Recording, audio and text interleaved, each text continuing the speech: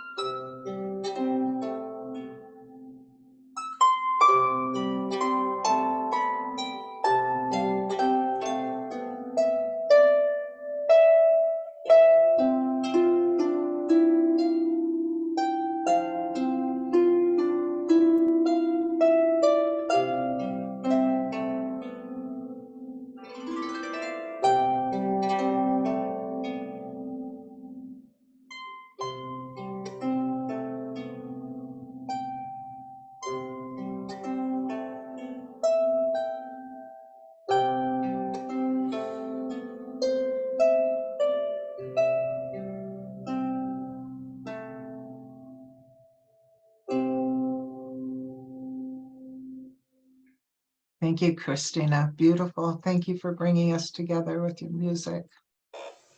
It's at this time that we go into prayer by taking a breath together. Beloved presence,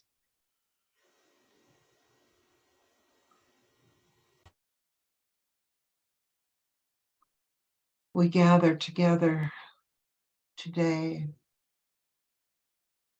at a time of the year when there's great expansion, where life is showing up even more fully in nature. The young are being born,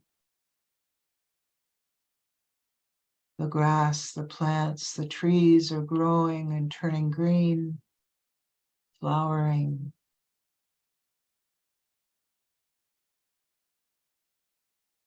This life is magnificent and always available. We are reminded of this by nature. We are reminded of the magnificence of life through our own desire, our desire to be present, our desire to be connected, and our desire to serve. We are reminded that we are never alone. We are always connected. We are each and every one of us a part of the whole. We are each and every one of us necessary for divine order in this moment. We are reminded that we serve ourselves, others, and most of all, we serve the divine as expressions of the divine. And so it is. We'll hear from Christina.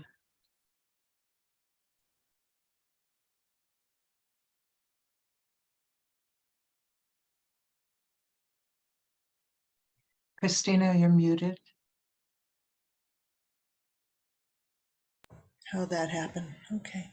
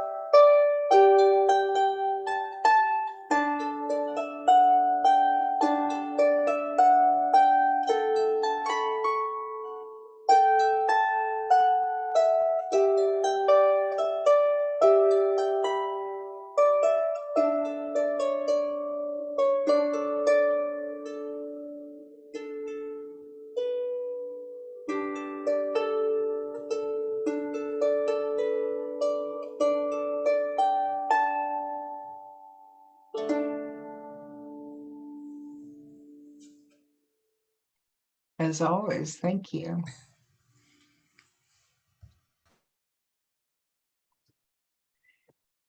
So, good morning. It's wonderful to see each and every one of you. I am going to open up with a scripture from Matthew. The kingdom of heaven is like a treasure hidden in a field, which a man found and reburied.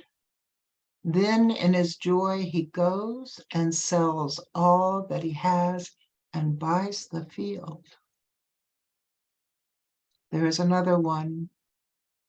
He put before them, he being Jesus, he put before them another parable. The kingdom of heaven is like a mustard seed that someone took and sowed in a field.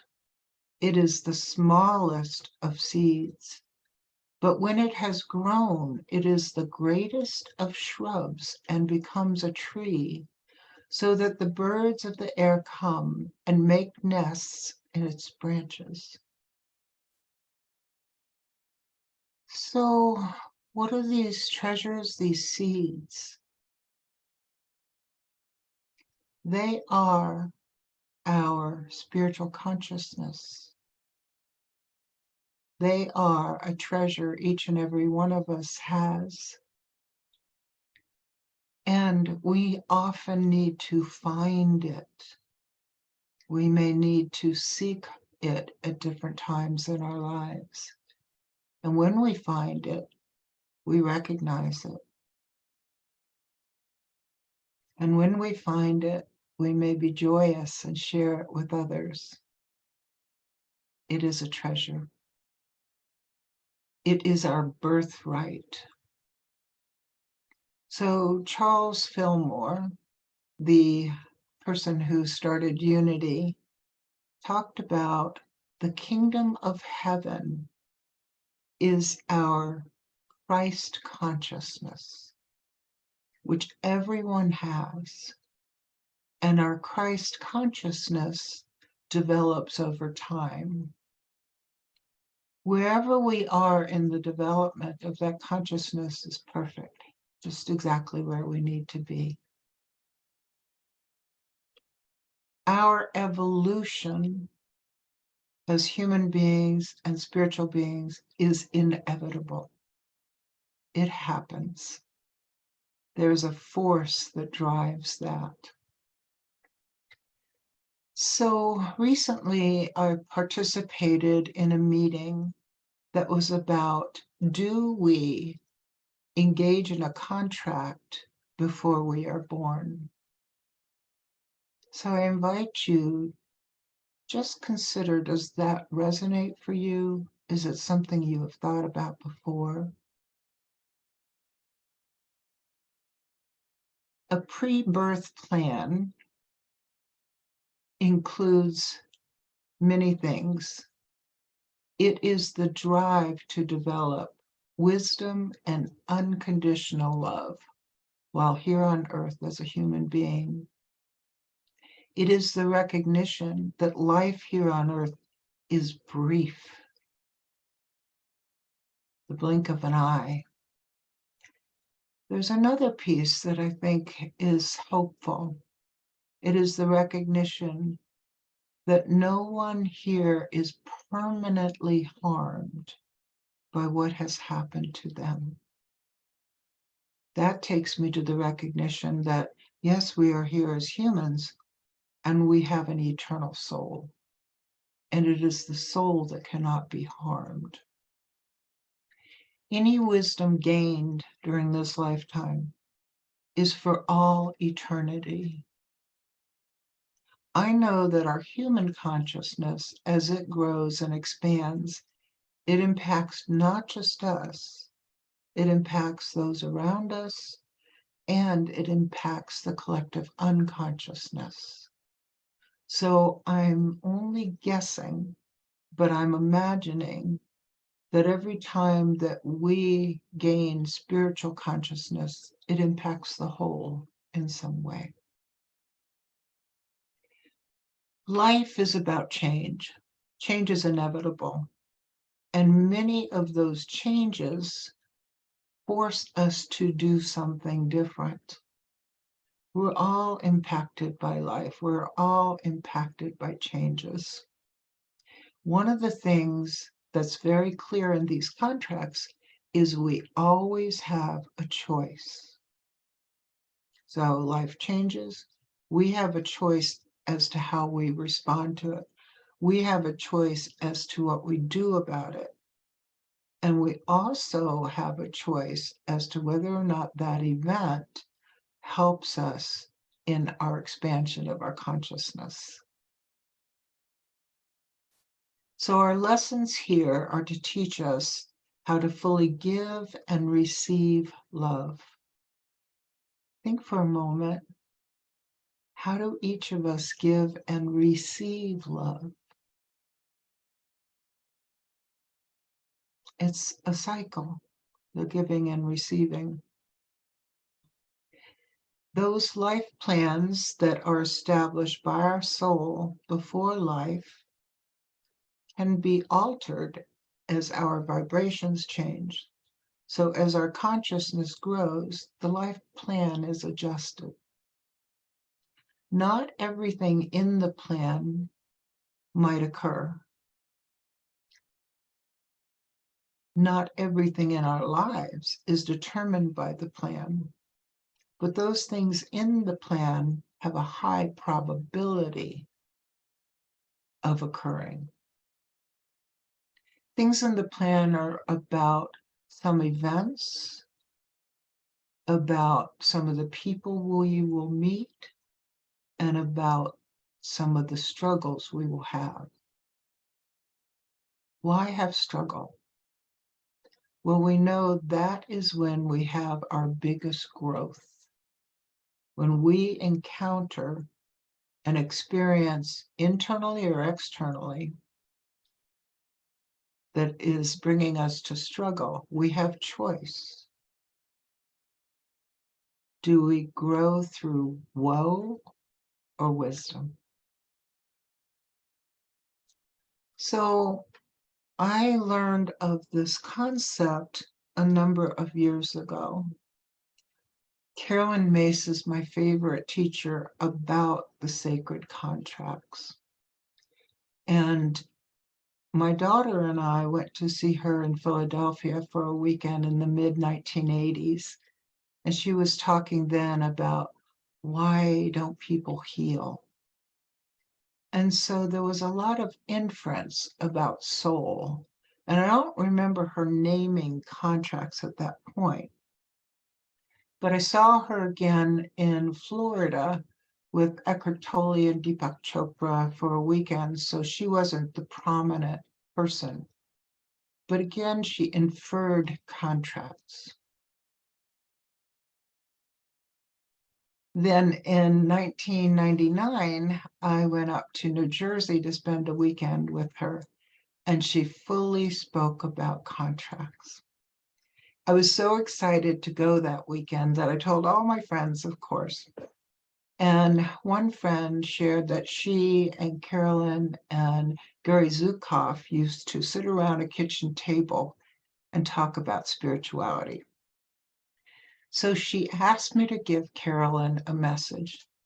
Of course, I said, yeah, why not? Glad to.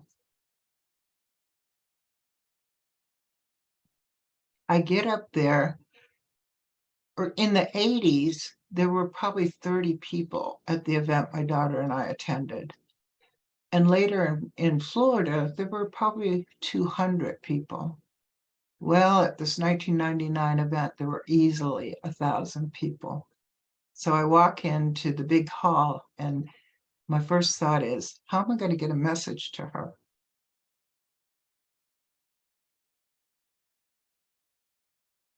The first thing she does when she comes onto the stage is introduce herself and raise her hands, and both of them have braces on her hands. And she says, I have to set a boundary. When I take the breaks this weekend, I need them to be my breaks because this is happening because I'm too responsive to people's questions and needs during my time.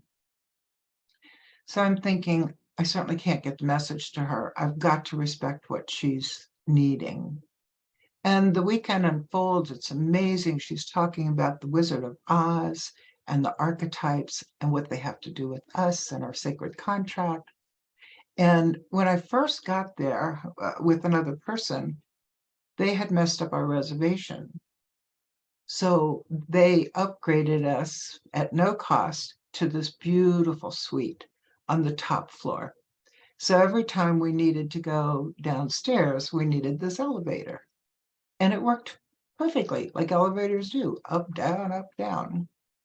The last day, after I'd been onerously carrying this burden of I gotta get a message to her, during the last break, I went upstairs to use the restroom.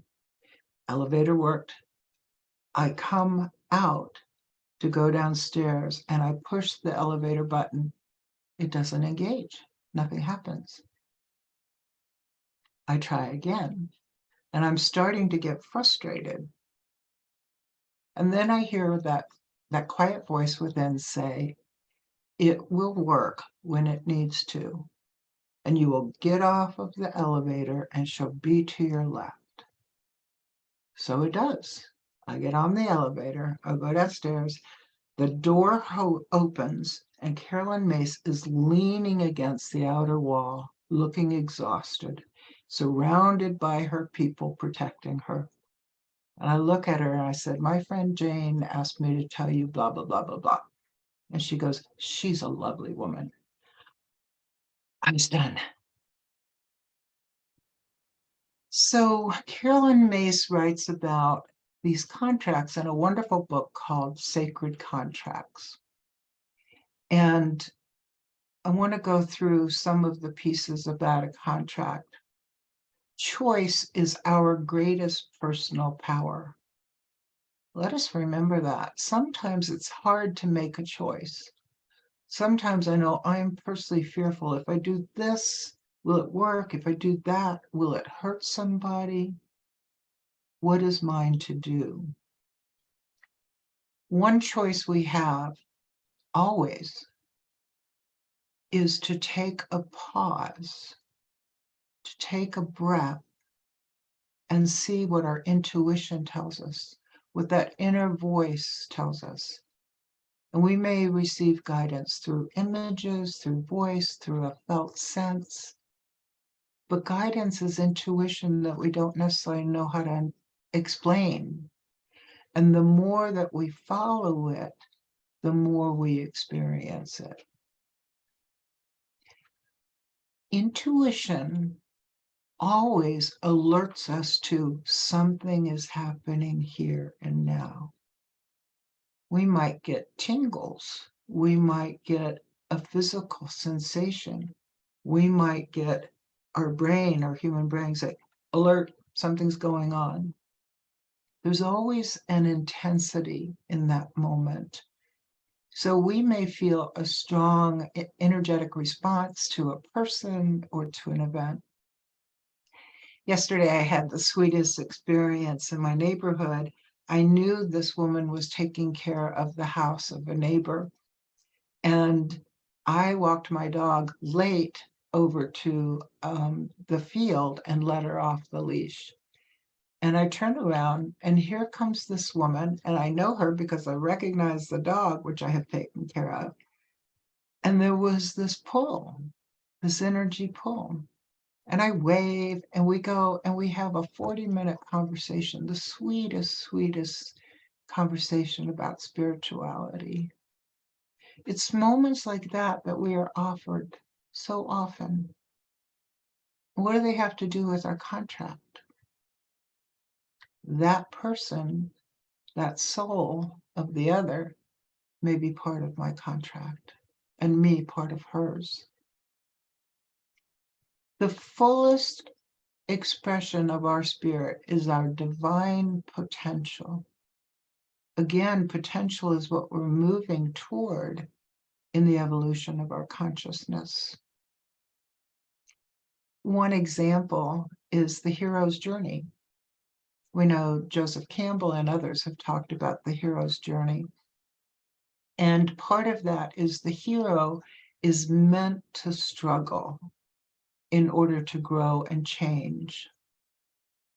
Part of what we recognize too is that divine order is different than human reasoning. We may not know the whole plan, the whole divine order, but again, we have this intuition when we're living in the moment to pay attention and follow it. We each have an intimate relationship with the divine. Our contracts are about who we are to be, who we are to become, more than what we are to do. And a reminder, we're here to be expressions of the divine. We are expressions of the divine. Carolyn Mace says, grace is a form of vital energy that comes from the divine. It's grace that enables these moments. Someone who pays attention to that and really starts to demonstrate their divine potential has charisma. Charisma is from the Greek word charism, which means gift. Someone in that state of being has really dealt with their ego. It's no longer the ego that is driving, the ego that is making choices. We are reminded that our journey is easier. We will achieve more goals once we stop seeking approval from others. Think about it for a moment. When we're growing up, we need to belong. We need to have a place in our family, in our community, our schools, etc. So we're always looking for approval. And that is giving other people our power. Is a part of our development, though. As we will see by examples of people who have followed their sacred contract, they had to give up relying on others' approval because they're pioneers. They're doing things differently. So a sacred contract is an agreement made by our soul. Think for a moment, what does soul mean to you? And do you have a sense of your soul? Remember, we're fully human and fully divine. So a contract is a covenant. The Bible has lots of examples of God making a covenant with people like Noah, Abraham, and others. The purpose of the covenant is to expand our spiritual consciousness. The covenant guarantees we will have the energy and materials that we need to fulfill our contract. It does not guarantee that we will get everything we want.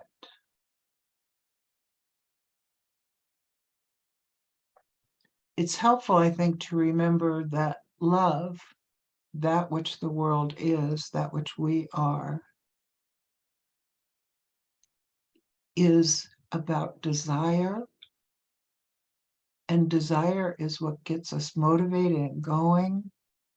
It is about harmonizing. It is about unifying. And it is about attracting us to that which we want. So the more that we embody love, the smoother these contracts go. It doesn't mean that bad things, sorrowful things won't happen. However, we manage them and negotiate them with greater grace. The contract cannot be broken. Think about that for a moment. The wisdom of our soul said, this is set into place. It cannot be broken. It can be shifted and changed. So one of the choices we have, do we view our life as a burden or a blessing? The idea of these contracts has been around since Plato. He wrote about it. The psychologist James Hillman, in the book The Soul's Code, builds on what Plato said. Plato said, when all the souls had chosen their lives according to their lots, souls chosen their lives. And then Plato suggested that each soul, before incarnating, goes through a plane of forgetfulness. In some Eastern faiths, that's called Maya, illusion. I'd like to share a quick story about my granddaughter, who is 11. When she was a little less than 2 years old, she looked up at me and she goes, long, long ago, I lived in China with Grandfather Cho. What? I don't know what that was, but the first thing that came to my mind was, ooh, here's a little past life showing up. She doesn't remember this. I even asked her, maybe 5 years ago. She doesn't remember it. The field of forgetting. So one of the things that we often are to learn about and to experience is how to forgive. In order to forgive, we have to have someone in our life disappoint us or betray us. So I invite all of us to think for a moment of the role of Judas. And remember that Jesus on the cross said, according to Luke, Father, forgive them, for they know not what they do. Rabbi Harold Kushner writes of Adam and Eve that they went through a sacred contract when they chose to leave the Garden of Eden in order to experience human consciousness. The contracts of Abraham, Moses, Buddha, Jesus, and Muhammad were not revealed to them. Just like us, they had to live life and have experiences and be open to invitations and respond to those invitations. They had to develop faith. They had to surrender to what is. So that's part of our invitation, develop faith and surrender. Surrender means thy will, not my will, right? Surrender means not following the dictates of our ego. It doesn't mean killing the ego. It just means putting the ego in its place. Sometimes a sacred contract will require a person to go through a massive identity change, to renunciate the prior life they had. Jesus became the Messiah and then became the Christ, the Anointed One. Siddhartha Gautama became Buddha. Muhammad, son of Abdallah, was the prophet. From that point on, of that shift of identity and possible renaming, the person is not operating from their ego, but from their soul. So the hero's journey contains some stages. There's separation or alienation from the tribe. Think for a moment, has there been some experience in your life where life has imposed or you have chosen to be different from your tribe, from your family of origin? The journey also includes difficult challenges that have to be met and overcome alone. It includes a descent into self-doubt and doubt of the world, losing faith, then a vital transformation, regaining faith in self and others and in God. And the revelations include insight and wisdom. The hero then returns back home, typically, to share that wisdom, but may not be well received. That was Jesus's experience. After he experienced enlightenment, he went back to Nazareth to share his wisdom, his hometown. And they said, who is this man? Isn't this just Mary's son? Isn't this just the brother of James, Joseph, Judas, and Simon? Aren't his sisters here, right here with us? So he was dismissed. His knowledge was dismissed. Later, when he is told that his family of origin is outside of the tent in which he's speaking and they're listening, he says, who are my mother, my brother, and my sisters? And then he gestures to the crowd listening and says, you are. So a divine sacred contract will include an introduction to the divine. Jesus's was when he was baptized by John, and the sky opened, and a dove descended, which he knew as God. That's a very dramatic introduction. Sometimes the introduction will come in the form of disaster. It always leads to transcendence. The next is heeding the call, paying attention to what the invitations are, paying attention to what you're being invited to do or be, even if it goes against the grain, even if it is not accepted by society. That can be a really hard one. And then it may include a renaming. I often forget, and yet I was reminded yesterday when I was ordained in the Zen tradition of Thich Nhat Hanh, I was renamed Autumn Moon of the Source. Such a beautiful renaming. And then there are assignments. Go do this, go do that.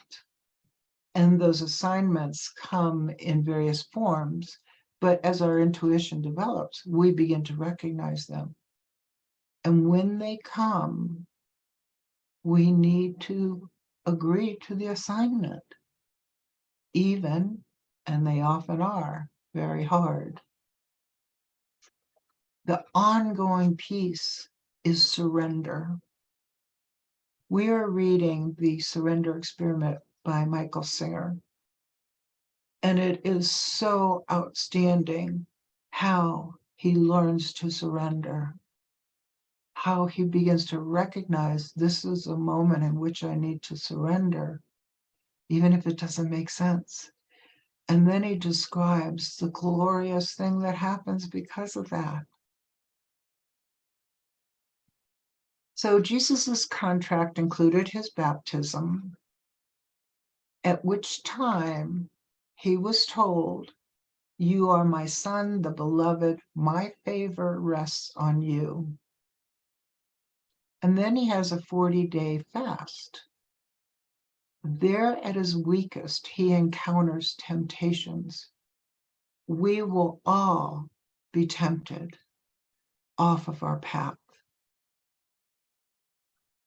So his mission at that time that he was given was to heal the psychological anxiety and social anguish of his community that was so prevalent because of the Romans and what was going on, the conflict, the divisiveness. Think for a moment about our world now, our country now. What are we each being called to be at this time? After the Last Supper, he went to the Garden of Gethsemane, and he said, "I am sorrowful to the point of death," because he knew now what his contract was inviting him to do. And he prays to Abba and he says, "Remove this cup from me, but thy will, not my will." So again, he surrenders. At the time, Luke tells us he was comforted by an angel. So in our most difficult moments, let us be open to some divine comfort. I know for the last couple of decades, when I have a really, really difficult moment, I say to myself, I knew more back then when I did the contract than I know now. And that gives me a sense of trust and relief. So Jesus taught us a lot of things, and I invite us each to explore his life as a possible demonstration of a sacred contract. And do we each and every one of us have one? And how do we pay attention to that?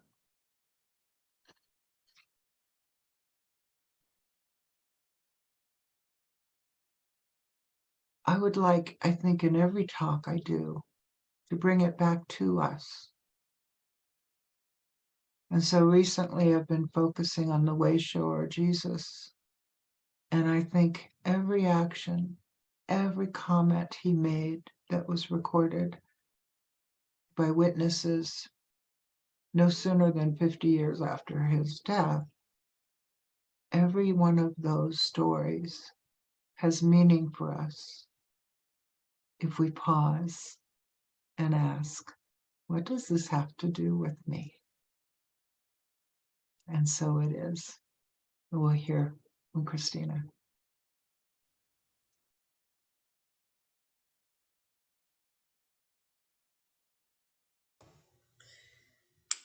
So when my daughter was, I don't know, maybe 4 years old, she's 27 or 28 now, she and her daddy were in the post office, and she had the habit of dancing around a lot. Very joyful child. So she was dancing around and singing, and she always made up songs. And this one went like this: the miracle you live, the miracle you die, the miracle you live, the miracle you die. And a woman in the post office said, "What does that mean, little girl?" And she said, "That means you're amazing."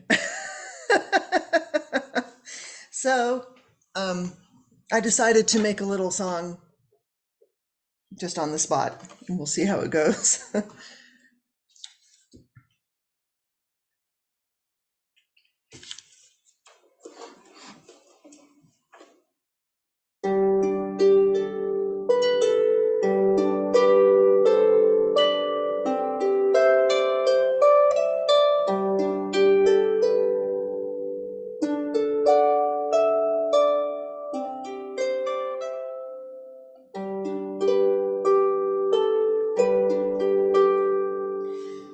miracle you live, the miracle you die, the miracle, the miracle.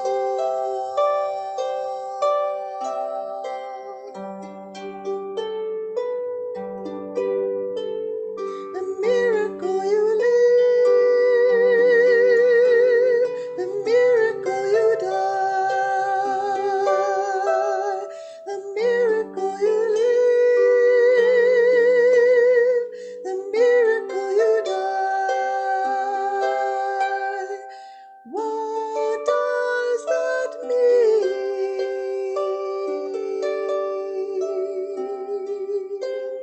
A miracle.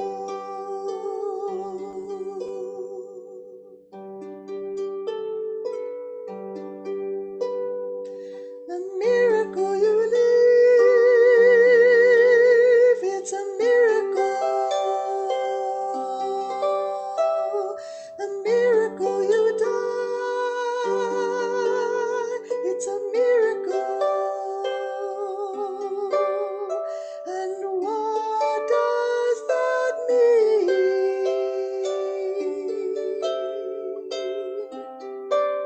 It means you're amazing.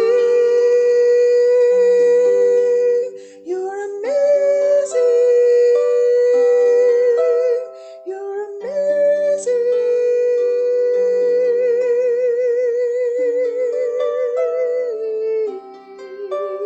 It's a miracle.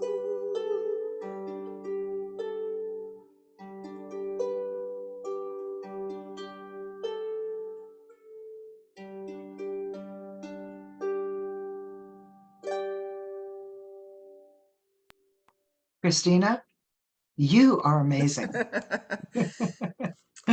Always Thank makes you. me cry, I'll tell you. Of course. Thank you. At this time, let us go into a moment of meditation to do our donation of love and light. And we do so again by taking a breath and becoming increasingly aware of the love and the light that we are. This is our essence.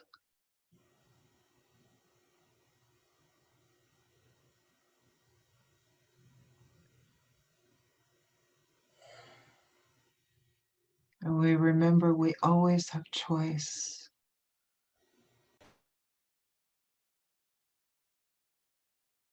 And in this moment, we might want to choose to share this love and this light. We may want to surrender to being of service.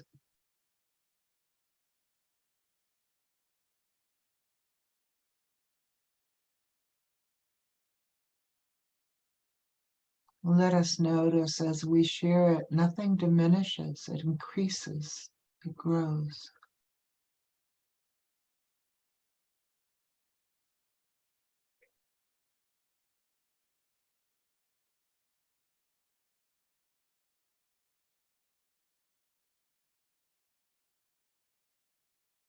Let us express our gratitude for this opportunity. Pay attention to other opportunities to share our love and our light.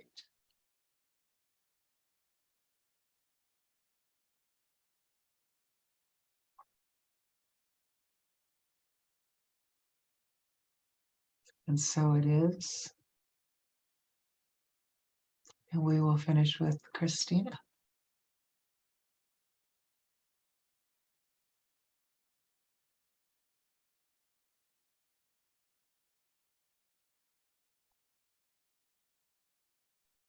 Christina, I made a choice to mute you.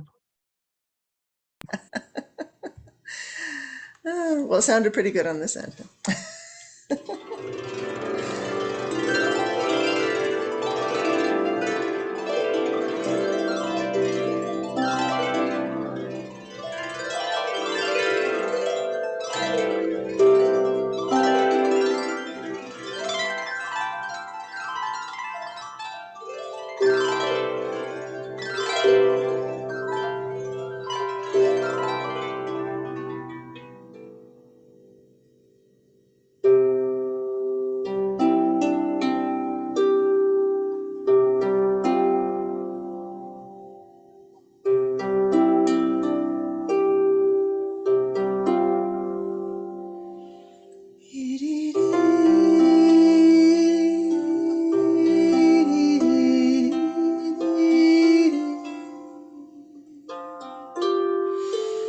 Dee